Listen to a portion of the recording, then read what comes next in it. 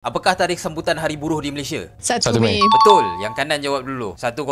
Kementerian manakah yang bertanggungjawab terhadap hal ehwal pekerja? Kementerian Sumber Manusia. Betul. 1 sama. Berapakah gaji minima di Malaysia? RM1,500. Betul. Ringgit.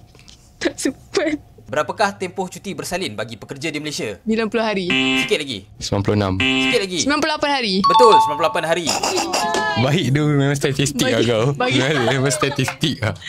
Bagi hint boleh lah. Apakah warna yang sering dikaitkan dengan pergerakan buruh? Hitam. Bukan. Merah. Merah betul. Ui, red flag. Berapa jam bekerja yang diperjuangkan oleh pergerakan buruh? 6 jam. Bukan. 7 jam. 8 jam. Betul. Osom. Uh, Apakah cara tradisional untuk membuat bantahan demi hak pekerja? Protes. Okey, specifically? Mogok. Betul. Organisasi antarabangsa manakah yang menetapkan piawaian buruh dalam dunia? UN. Dia di bawah UN. UNSC bukan kan? Bukan. Skip. Okey, jawapan dia Pertubuhan Buruh Antarabangsa. Oh. Very straightforward. Bahasa Inggeris. International Labour. Organisation Organisation. atau ILO. ILO. Perjanjian apakah yang membawa kepada pembentukan Pertubuhan Buruh Antarabangsa?